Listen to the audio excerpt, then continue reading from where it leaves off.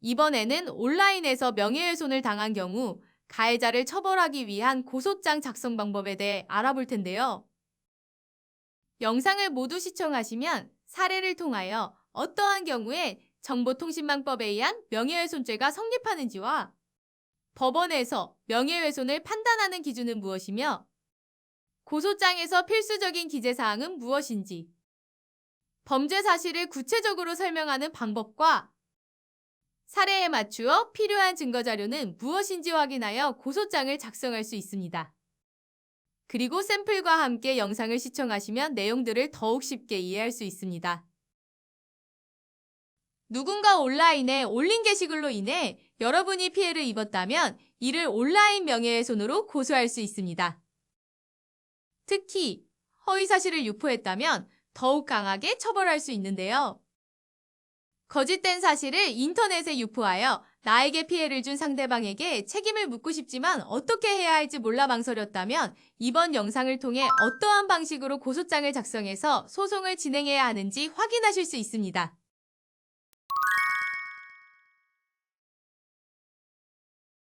30대 남성 배모 씨는 석 달 뒤 결혼을 앞둔 새신랑입니다. 결혼 준비로 한창 바쁜 시기에 자신에 대한 이상한 소문이 퍼져 괴로운 나날을 보내고 있는데요. 이유는 바로 10년 전 대학 시절에 사귄 전 여자친구 손모양 때문입니다. 두 사람은 대학교에서 만나 약 1년간 교제했는데요. 이때 배모 씨는 개인적인 사정으로 손모양에게 500만 원의 돈을 빌렸고 손모양과 헤어질 때 이를 모두 갚았습니다. 그리고 손모양과는 헤어지면서 자연스레 연락이 끊겼는데요.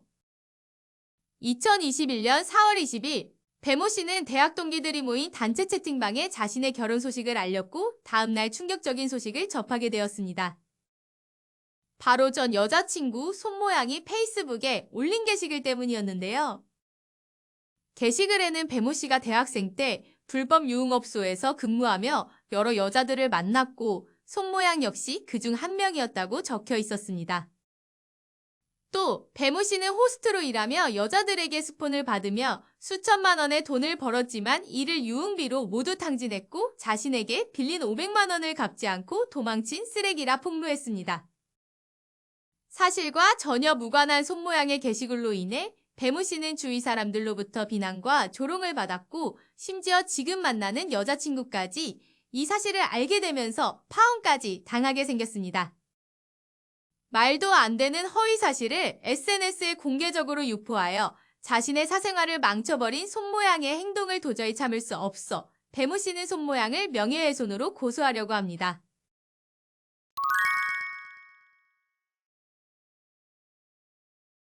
이번 사례에서 손모양의 행위가 어떤 죄에 해당하는지 알아보겠습니다. 손모양은 배모 씨에 대한 허위 사실을 다수가 볼 수 있도록 온라인에 적시하였는데요.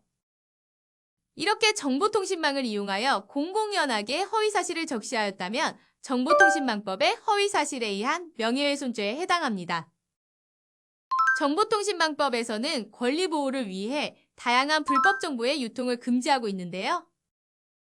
그중 명예훼손에 대해서는 사람을 비방할 목적으로 사실 또는 허위사실을 드러내어 타인의 명예를 훼손하는 내용을 유통해서는 아니 되고 도달하게 한 자는 처벌할 수 있도록 규정하고 있습니다.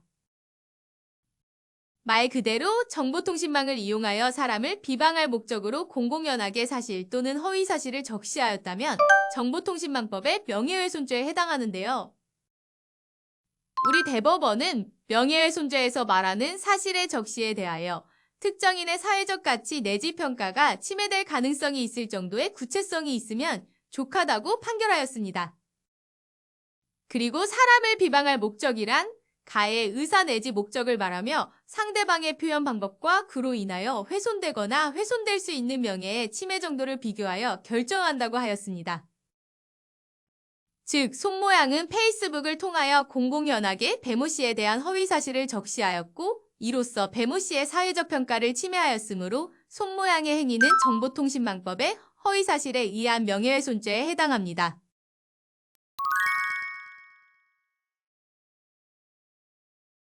그럼 이 사례에 맞춰 고소장 작성 방법에 대해서 살펴보겠습니다.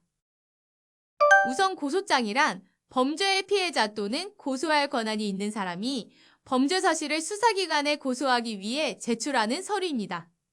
쉽게 말해 범죄의 가해자를 처벌해달라고 요청하는 서면인데요. 그렇기 때문에 고소장을 작성할 때는 가해자의 범죄 사실을 구체적으로 기재해야 합니다. 먼저 고소장을 작성하기 위해서는 아래와 같은 순서로 목차를 설정합니다. 고소인이란 고소를 하는 사람으로 고소인의 신분을 확인할 수 있는 사항을 기재합니다. 피고소인이란 고소를 당하는 사람, 보통 범죄 가해자를 말하며 피고소인을 특정할 수 있는 사항을 기재합니다. 이번 사례에서 피고소인은 고소인과 과거에 교제하였던 사이로 피고소인의 이름과 연락처는 알 수 있었는데요. 피고소인의 인적 사항을 전부 알지 못한다면 우선 알지 못하는 사항은 불상으로 기재하고 연락처 같은 특정한 정보로 피고소인을 특정할 수 있습니다.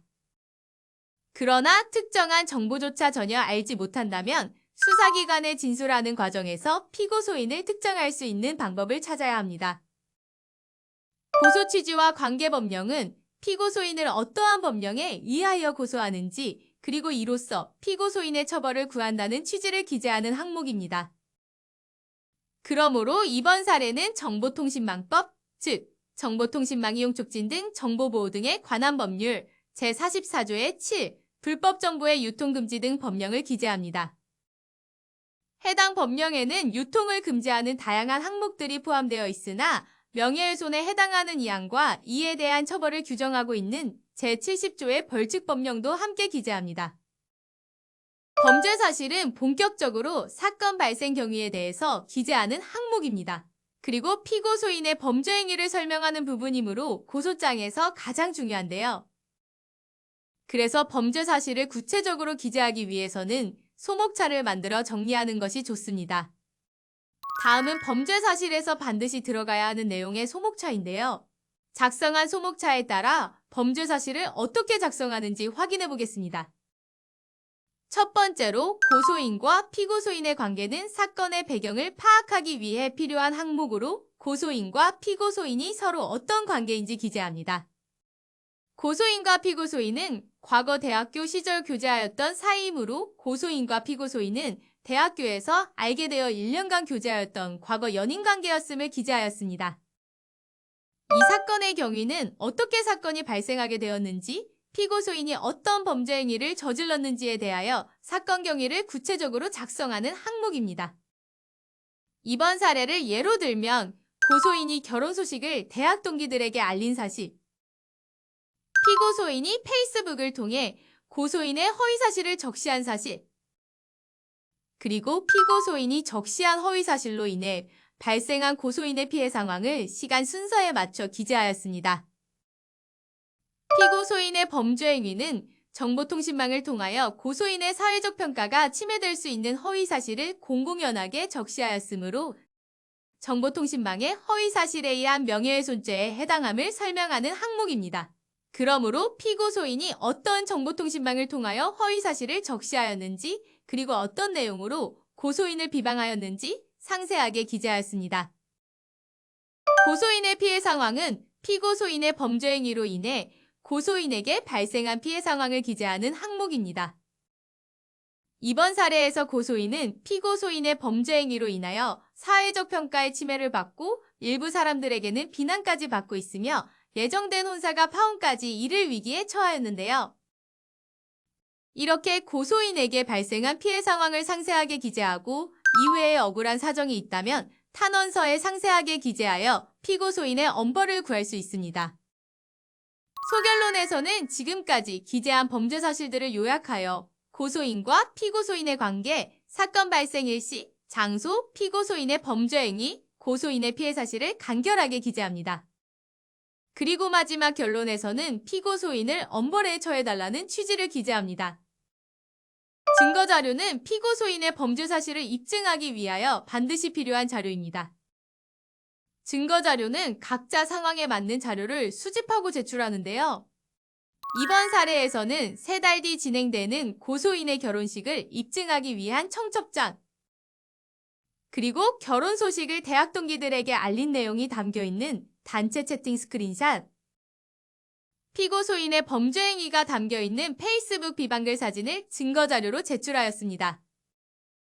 정보통신망을 이용한 범죄는 피고 소인의 범죄 행위가 담긴 게시물과 같은 자료를 제출한다면 피고 소인의 범죄 행위를 가장 잘 입증할 수 있습니다. 고소장을 다 작성하였다면 고소장을 관할경찰서에 제출해야 하는데요. 이 사건의 경우 피고 소인의 주소지 소재의 관할경찰서에 제출합니다. 그러나 피고 소인의 주소지를 모른다면 고소인 주소지 소재의 관할경찰서에 제출하면 됩니다.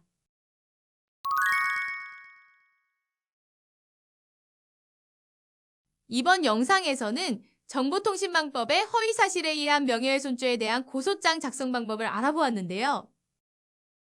정보통신망법에 의한 명예훼손죄 고소장을 작성할 때에는 정보통신망을 통하여 사람을 비방할 목적으로 사회적 평가가 침해될 수 있는 허위사실을 공공연하게 적시한 것을 상세하게 기재하는 것이 핵심입니다.